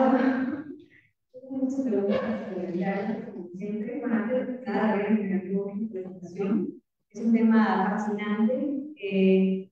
Lo veo desde la visión de construcción de tesis y lo veo como metodológica. Sobre todo por esa análisis de clases de conceptos que tratan de pasar de la presentación a la relación, superando algunos paradigmas teóricos de interpretación de viajes. Y que me genera un poco de inquietud en este tema más teórico de la ciencia. Por un lado, tú mencionas el interés ir más allá de la discusión de la representación, como este paradigma sociológico que busca entender el horizonte de los viajeros, del cual se mide y se observa los de la representativa. Y quieres superarlo a través de esta construcción que tú mencionas al final, que tiene que ver con aspectos de lo relacional, que es muy sugerente, inmediatamente lo dice. Sí. Pero es problemática metodológica. Sí, sí. Tú mismo haces varias interpretaciones de discurso que ponen en funcionamiento de metodología relacional. Tú dices, bueno, ¿quién puede hablar de estos personajes, de estos seres no humanos, para toda la tecnología? Me pregunto si esa limitación con diarios. ¿Con qué pregunta? Porque mirar este universo complejo, universo fragmentario, planetario, únicamente a través de una epistemología que se requiere de viaje, construcción discursiva, que como tú comentas, avanza al horizonte epistemológico, religioso, estético, más, limita esta visión amplia que quieres tener. Habría que ir más allá, porque en esos viajeros, como siempre hemos comentado, la interpretación de la realidad es una cuestión inevitable. Exacto. Y decir, ¿no? ¿Qué nos dicen ellos de la realidad? Nuestra pregunta a veces más, como quieren que nadie se revele esa pregunta, ¿no? Porque partimos de que pueden estar inventando, el papel de la dimensión de una tecnología racional, que tira debajo toda la revolución biológica. Entonces, a mí me parece que ahí es una limitación de trabajar en diarios. No es que no sea importante, pero es un punto que es realmente muy bueno. Y tienes instituciones muy buenas también, porque si no es espuma, embriones, pero todo esto va más allá del diario. Sí. Entonces, ahí, si tú realmente quisieras trabajar esta historia planetaria, rebasar la cuestión de representación, tendrías que, tal vez, me parece, abordar también los de no solo discursos, sino representaciones. Es muy difícil porque estamos en un periodo en el que no había muchos registros, pero hablaste de naturalistas, de naturales, tal vez ahí completar un universo más allá de lineal. Porque los viajeros pues no siempre, como tú mencionas, es un esfuerzo de selección constante, de escritura de selección, siempre está mediada por la interpretación. Entonces es como que el giro lingüístico ya no lo sí, crisis sí. Ahí me parece que las preguntas son sobre todo, bueno, cómo realmente plantear una metodología que pueda ayudar a utilizar estas ontologías relacionales, ¿no? Hablar de la finalidad viajera, más allá del viajero, lo que dice viajero de la comunidad, sencillamente todo es el decir del viajero, que juega la imaginación, también es una divinación epistemológica en estos relatos. Y por otro lado, a veces también hay, por ejemplo, que este tipo de perspectivas, metodologías nuevas, suelen romantizar y suelen legitimar voces autorizadas, sujetos autorizados, seres no autorizados, y su representación correcta. Si el Puma se puede hablar de sí mismo, pero entonces, ¿cómo podemos saber lo que romantiza? Siempre vamos a ver cómo mismos hacen conceptos conceptos. Sí. Tiene miedo, nos adapta, pero así piensa el Puma, es muy difícil responder esa pregunta, ¿no? Y al mismo tiempo, hablar de las comunidades, en este caso las comunidades indígenas que acompañan los indios, son los legítimos, porque miran realmente desde una perspectiva comunista legítima esta otra ontología interpretada por viajeros. También me parece algo un poco quizás es una perspectiva actualmente política. Sabemos que los movimientos de defensa del agua, de la tierra, han tomado las narrativas, los discursos, las decisiones de las comunidades. Ahora les trasladamos a estos textos para una edición que, bueno, es como decía, es como les da la Ajá. Yo pienso que probar dos textos que serían teniendo pero finalmente son humanos que están bien de una racionalidad de un sistema que hay comentarios superar. Entonces ahí, estas visiones me parece que a veces tienen esta complejidad metodológica y de entrada hay la pregunta, ¿no? ¿Es suficiente trabajar con diarios para superar la representación? Al final, los presentas son meramente representaciones discursivas. No logro ver eso porque es muy sugerente, me parece muy interesante, pero no termino de ver. Ahora, ¿qué es una pregunta de cómo la has planteado esta sesión de tesis y nada, pero esa reflexión que hay que hacer por la discusión de las sesiones de este seminario ha sido sobre eso, la limitación, los alcances, de la construcción de la muy buena, ha sido vista ya desde la lingüística, la literatura, siempre como que moviliza comunidades sistémicas, pensadores, como si más allá, por ejemplo, del trabajo que reciben los estudiantes. Muchas gracias. Yo tengo por ahí que hablando, voy a proponer. Sí. Porque es una que quería, parte de todo lo que vamos a hablar. Pero leyendo el texto, ¿no? Aquí decía que lo ideal era lograr explorar el paisaje y la cruz, ¿no? Y en algún momento me parece, todas son representaciones, ¿no? Que al final es muy difícil. O sea, ¿qué tienes tú por lograr que no haya representaciones? ¿Crees que es posible? Sería como para la reflexión. Sí. ¿Alguien más quiera preguntar? Justo lo que mencionabas que yo como pero me imagino que ha tenido poca transformación en vez tanto de la es una larga. Esto va a depender mucho del paisaje original que ellos les tocó ver y lo que piensan los ciudadanos pero también creo que la arqueología es un mayor uso, la arqueología del paisaje y la misma arqueología histórica en las misiones. ¿Has en algún momento pensado en que ¿es alguna parte que pudiera complementar toda esta visión? Ha habido estudios de arqueología por parte del INAH en el estado de Baja California. De hecho, creo que el centro INAH de Baja California estuvo dirigido como aproximadamente 30 años por una arqueóloga, entonces muchos de los estudios van en esa línea de la arqueología, pero muy poco se ha hecho arqueología en los centros misionales.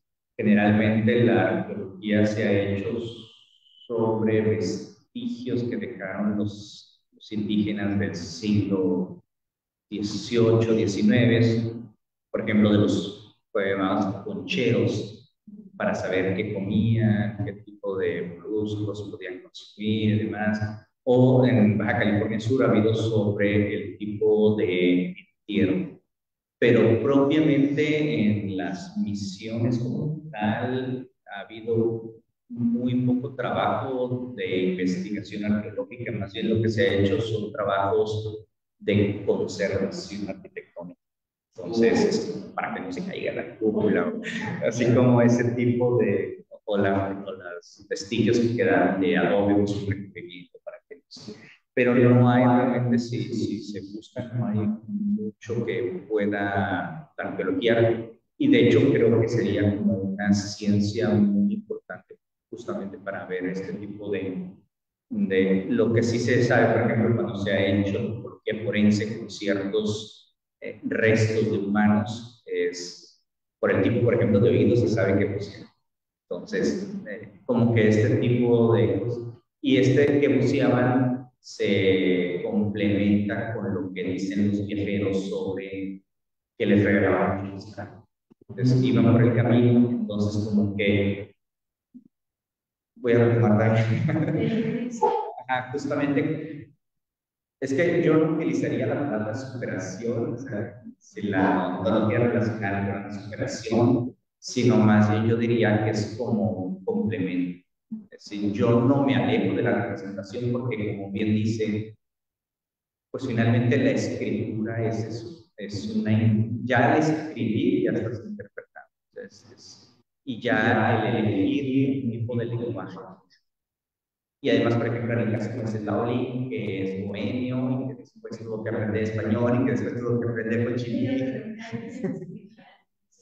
Sí, está el gobierno está en español, en estos dos. Los otros dos que voy a abordar después están en inglés. Pero estos dos están en español, pero justamente ha habido también un trabajo de traducción, porque también Serra, pues, su lengua original fue el catalán, y hasta allá en el momento aprende el español, y después tiene que aprender el cochimí, y después uno le interpreta. Entonces, digamos, es imposible que no haya traducción. Por eso considero que no es tanto como una superación, diciendo ya la representación la dejamos atrás y ahora entramos a estos. No, tomo la representación y en algunos casos será posible ver la perspectiva, por ejemplo, de estos pescadores, ¿no? ¿Por qué? Porque hay estas otras ciencias que nos dan esta ayuda de ellos, pero yo no diría que es como una legitimación, como diciendo, esta representación es la buena y ahora esta que se ha hecho es la que no.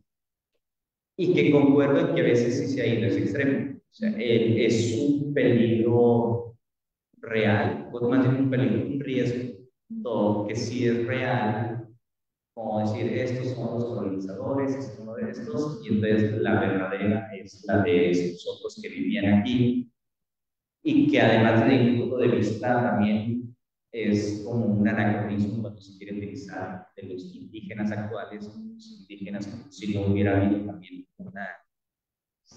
Y además también es muy peligroso decir que la visión de los viajeros es la antropocéntrica y la otra persona.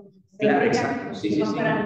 Ajá. Y como si vivieran como en una armonía, pues cuando también cazaban y también se vestían con pieles de venados, o sea, es, digamos, es el riesgo, porque sería finalmente caer en un nuevo dualismo, que es lo que se trata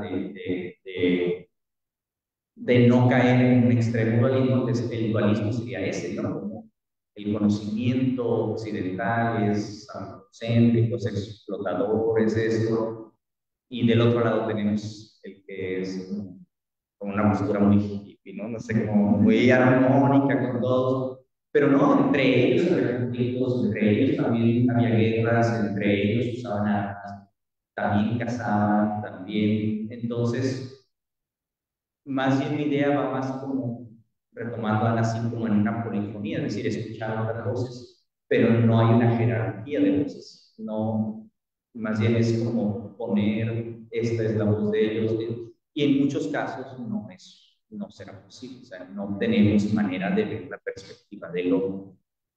Solamente en algunos casos podrá haber esta perspectiva del otro. Ahora, mis textos básicos o fundamentales son los diarios, pero justamente trato de ver también intertextualidad con otros escritos. En esta temporalidad que yo manejo están también las crónicas, hay cartas de relación, entonces están también otros textos con los que yo estoy dialogando. Ahora, el mismo historiador, el mismo, perdón, viajero, no solamente escribió diarios, también escribió cartas, también escribió relaciones. Y en ese sentido, creo que es, por ejemplo, muy interesante como Wenceslao Lin, la manera en que se describe el paisaje cuando está en el paisaje y la manera de escribir el paisaje cuando está exiliado en Alemania. Es muy diferente, porque cuando escribe el diario, que lo escribe justamente cuando va viajando, es una idea, digamos, voy a utilizar una palabra, no sé si sea la correcta, pero muy positiva del paisaje. Aquí hay agua, aquí hay tierra, aquí hay todo, aquí hay indígenas. Mira, los indígenas se acercan, son muy dispuestos, son muy dóciles. Pero cuando va ya al exilio, escribe, ahí no hay nada, todo es estéril, no hay tierra, no vale la pena.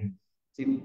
¿Por qué? Porque hay un interés diferente, justamente se interpreta o se representa el paisaje diferente dependiendo de el contexto en el que está escribiendo, que también es algo de lo que Hartog y algunos otros autores han insistido, el mismo Desertor, ¿no? Desde dónde escribes, desde dónde representas, eso también va a determinar mucho, que me recuerda mucho también a la crónica de Becker, que escribe igual en el exilio, donde dice, esta península no hay más que espinas, no hay nada que escribir, o sea, no vale la pena ni siquiera escribir sobre, y escribe un libro, ¿no? Sobre eso, pero lo que quiere representar va a cambiar. Entonces, a lo que voy es que no solamente es el diario es como mi entrada, como mi ventana para asomarme, pero sí tengo también como otros textos, y en el caso, por ejemplo, de Junípero Serra, no solamente él escribió un diario, sino lo escribe también un soldado.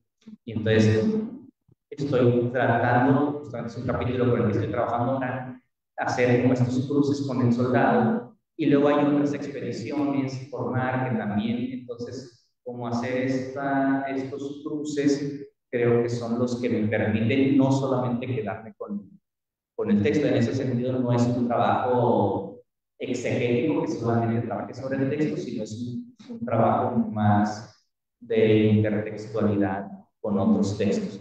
Y me pareció muy interesante, yo no lo había contemplado, lo de la investigación. Quizá valga la pena retomarlo también como parte de la experiencia viajera, ¿no? Este tema de la investigación. Entonces, en ese sentido sí creo que vale la pena también tomarlo como tal. Y esto de paisajes sin adjetivos, pues es un anhelo que es complicado de lograr. En los diarios, obviamente, ya creo que con algunos textos que compartí o algunos párrafos, pues siempre el paisaje tiene adjetivos, y de hecho el ensamblado, enmarañado, ya es tal vez uno que para decir qué tipo de paisaje me quiero enfocar, que tiene demasiadas aristas desde las cuales se puede manejar este paisaje ensamblado. Pues quizá habrá que reformular esa frase. Sí, sí, sí. Sí, sí, sí. podría ser un ejemplo que el qué y el quién de esta exposición es el paisaje. Sí, entonces, independientemente de que el sujeto que está narrando, o sea, el quién nos tiene que hablar. El viajero va a ser el testigo, porque no está hablando, va a ser el testigo que le va a dar existencia. Es una existencia representativa, ¿no? Entonces, desde esta cuestión, creo que sería más importante todo lo que pasa, no como algo dado, sino como algo dado, en donde el sujeto participa en la trama del guión. No sé si sí. Entonces, conviertes tu trabajo, ahora se tiene sentido, en algo político, no en el sentido del arte, sino de la construcción de que alguien puede transformar con su acción, una acción racional, porque después va a ser narrado. Entonces, es necesariamente racional, porque va a pasar con la gente. ¿Sí? Entonces, algo es importante, si tú pensaras en el paisaje como espacio de conflicto, que lo puedes tomar desde un espacio de conflicto, desde la sociología, un espacio de vida, desde la ecología, ¿no? La tiene el conflicto desde ahí, desde donde se modifica el mundo, ¿no? Entonces, yo creo que si tú planteas esto, vas a poder darte cuenta del viajero desde una postura de poder que va a escribir y que en ese relato lo que va a dar es entonces, si tú vas decodificando cada una de las cosas que tú pones, y yo solamente me fijé en los dos rayos, porque no tuve cabeza para seguir fijándome en las dos. Lo que se va decodificando de ahí son posturas, ¿no? Entonces, yo creo que hay cosas que tienes que aprender importantes, de punto de evidencia e imaginación. En este sentido, hay cosas que son importantes. Vas a hacer un recuento de estas cosas. Sí se puede. ¿De acuerdo? Sí. Pero de repente encontrarlo, narraciones estructuradas, siempre están unas narraciones estructuradas desde una subjetividad claramente, bueno, claramente existencial, ¿no? Entonces, yo no sé si conocen ustedes la categoría experiencia de análisis. No, es mucho más útil. Es mucho más útil. Porque no solamente te plantea la posibilidad de mediática de la convicción, sino de la que está narrando por el poder humano, por el poder fraile, por el poder de la situación militar. Pero desde de verdad sí creo que es súper importante lo que estás haciendo. Súper importante como un trabajo de revelación interdisciplinaria. Pero tus categorías son mágicas. Si no las utilizas bien, no va a haber cómplice. Son mágicas. Paisaje, medio el otro, medio la experiencia, habla, o sea, maneja conceptualmente. Muchas gracias. Iba a decir algo. Estoy así como pensando en cosas, pero a mí me parece. Por eso me que no tenga. Porque cuando es una cuestión que al final pasa por el individuo, si tiene una subjetividad que está narrando, decía Romina, incluso nosotros le estamos dando la voz de Puma, ¿no? Sí. ¿Qué está pasando con nosotros? Y es muy difícil para el ser humano describir algo sin atributos. O sea, entonces, y mi pregunta es, ¿realmente queremos eso? O sea, y tiene que ver con el texto, pero también me gustaría que lo reflexionáramos. Si es algo, porque también lo mencionaste, algo que no les contaste, que los otros dos, ¿sí? Los otros dos viajeros son más bien científicos, no son religiosos. Entonces, por eso la intertextualidad funciona bien. Y por eso me parece que los artículos son importantes. ¿No? De acuerdo. Porque nos permiten entender las diferencias entre otros que tiene que ver con el poder, con las preocupaciones, con los imaginarios, con y no me los puedo imaginar. Si esto fue lo que me causó un problema, porque está hablando de que no quiere estas dualidades, que quiere salir del texto, ¿no? Sí. Quiere salir de las economías, de las ciencias naturales, de las ciencias sociales. Pero a ver, si nos quedamos en afectivos, estamos haciendo lo mismo, o sea, tratando de ir hacia... De hecho, humanista es un adjetivo del texto. Entonces, nada más para tener cuidado con eso, porque cuando estaba discutiendo lo de útil e inútil, mencionaste algo de cómo se usaban los conjuntos. Ajá, ¿no? Sí. Entonces, como que hay que replantearnos. Sí. Y eso. Sí, de hecho, cuando dice la categoría esta de economía, que es muy común en los viajeros, en una carrera religiosa, creo que es sospechoso. Sí. Eso puede ser pecaminoso, es alguna categoría de representación muy común. Siempre para representar la naturaleza o al otro a través de este tipo de dicotomías es un punto de partida. Y bueno, me es interesante lo que ya me comentan y tiene un poquito más con la investigación. Creo que esta es una forma de partir de que nosotros tenemos textos, que es un trabajo intertextual, no solamente entre viajeros, sino entre los periodistas. Sí. Es muy problemático. Pero el trato de viaje con género, la realidad de la verdad, está atravesado por muchas cuestiones intersubjetivas, de imaginación, discursivas, que no tienen que ver con los objetivos, que tienen que ver con construcciones, incluso estructurales de la nación, cómo se narra el espacio, temporaliza el mensaje, todo es discurso. Y esto está atravesado por una subjetividad que, bueno, problematiza mucho esto que también planteas como una complementariedad de la perspectiva cronológica. Y a mí siempre me es muy sugerente, ¿no? Los insectos, pero siempre veo esta y bueno, yo entendí que el mismo diapositiva última que hablaba de quién puede hablar de pensé que estas comunidades sí lo podían hacer. Pues, no. Eso entendí la diapositiva, pero ya con la creación me parece muy por el parte de la verdad, felicidades, es muy interesante.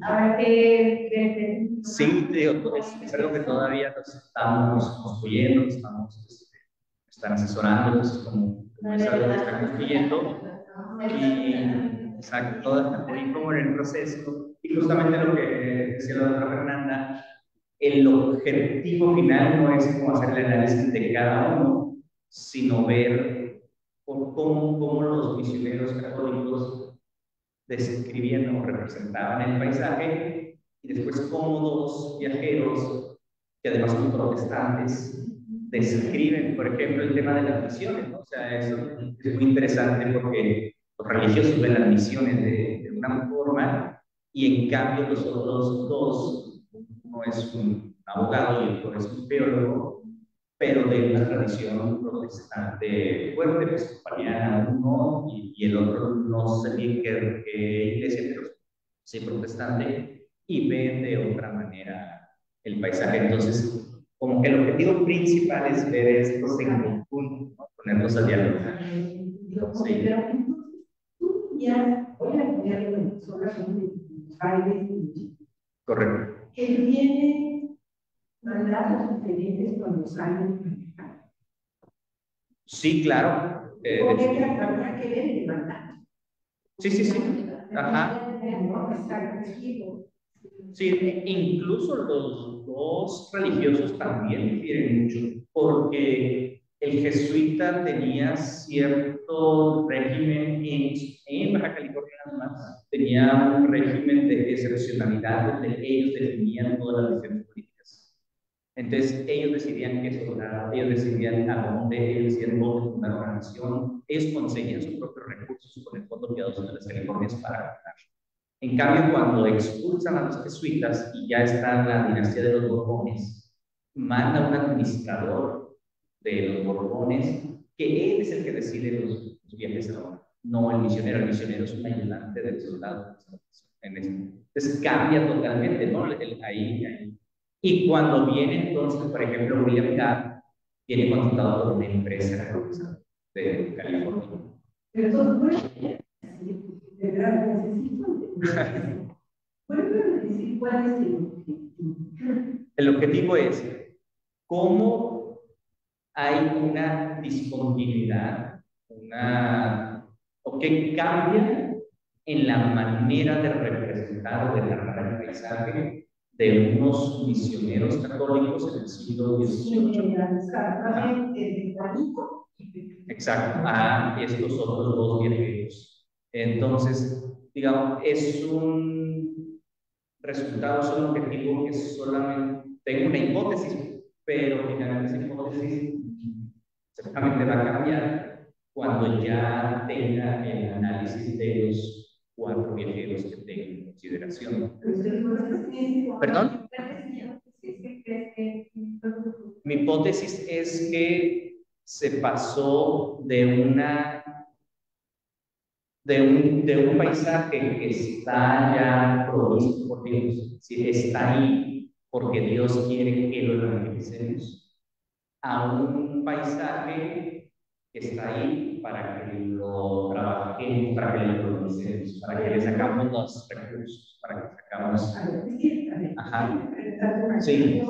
Estás trabajando desde dar ejemplos de algo. O sea, la historia está permitiendo tener lo general. Se pasó de una, que los otros no son ejemplos, son dos personas. Ajá. ¿No? Entonces, no puedes decir cómo se pasó de esto a esto cuando estás concentrando. Ajá. Pues más bien tienes que decir, se ha estudiado que se pasó de esto a esto y voy a identificarlo con estos dos. Lo que pasa es que mi hipótesis se basa, digamos, en la lectura que he hecho de viajeros de esta misma época en otras regiones. Pero lo que yo quiero ver es si en estos 4 se cumple o si hay alguna diferencia. Ese sería como el objetivo.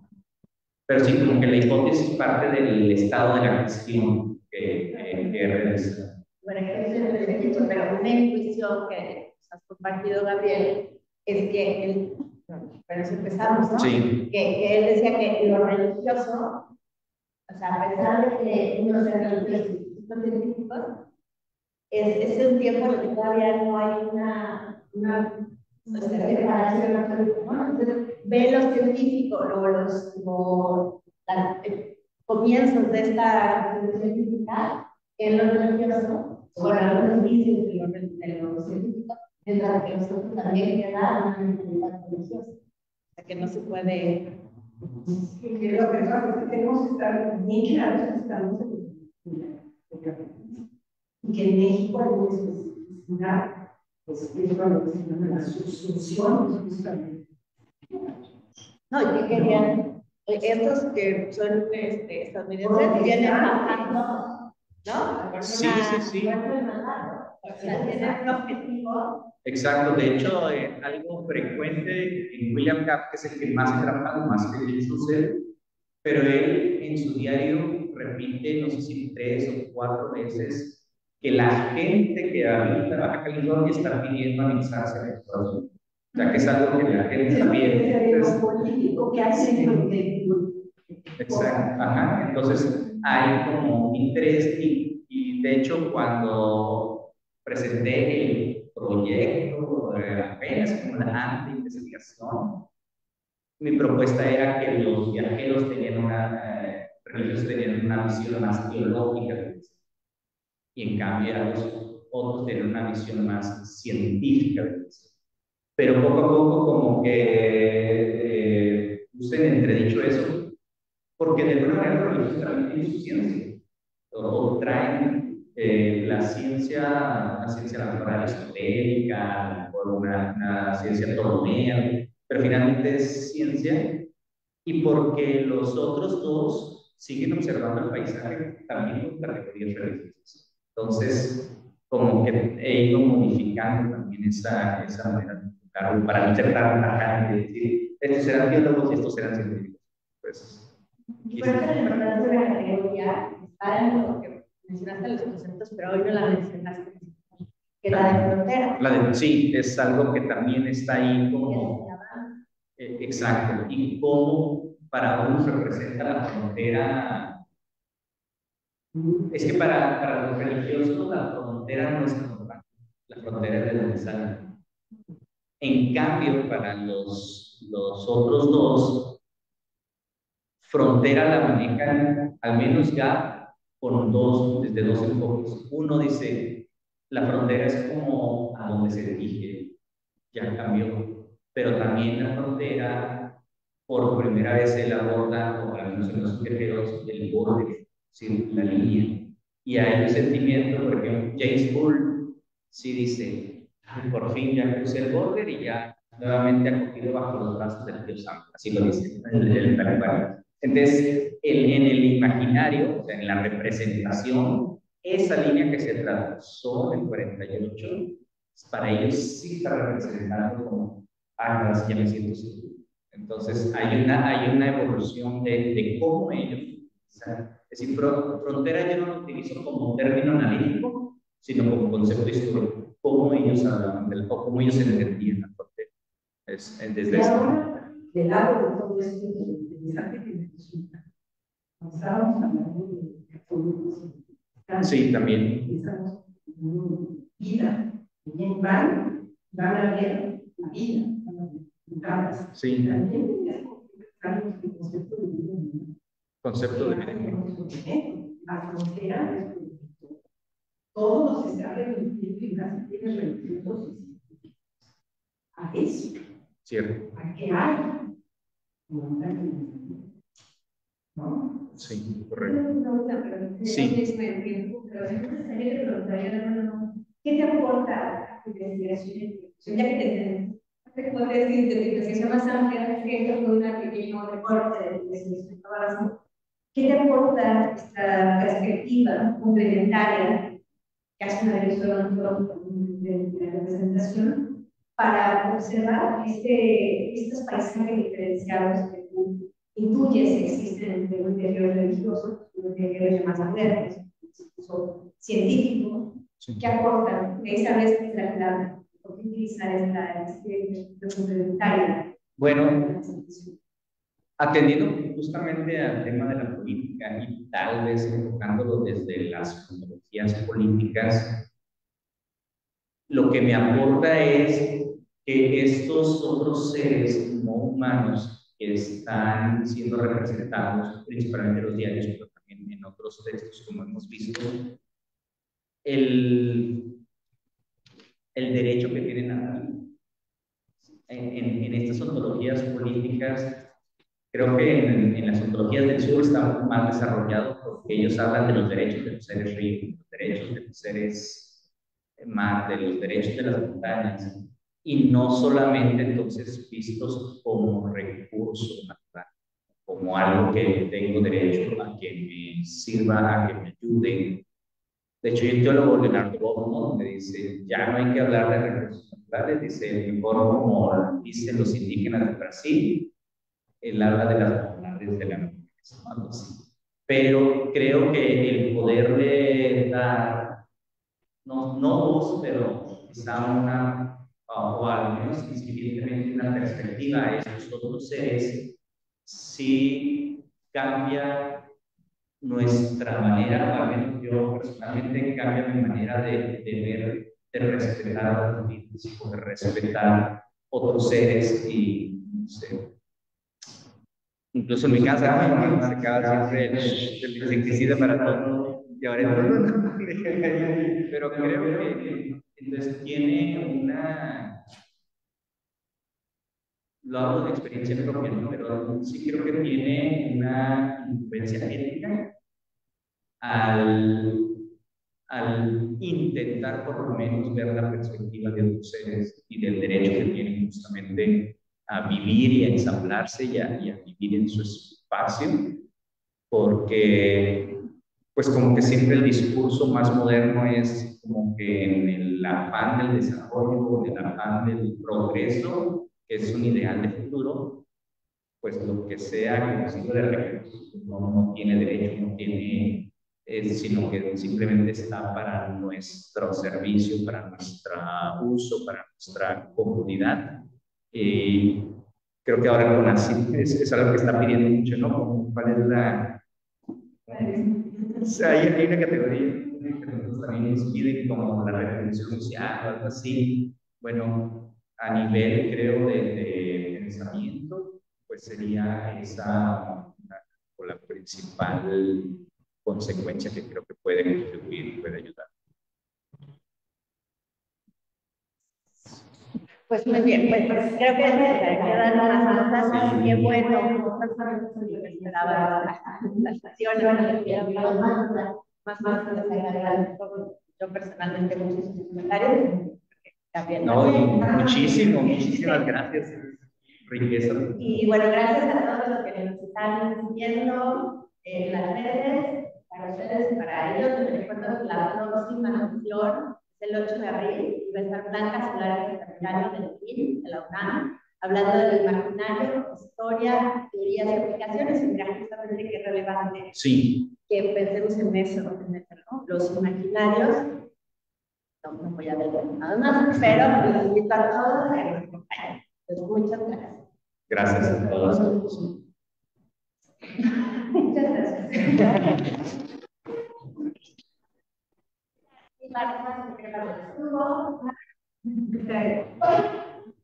Por ejemplo, sí.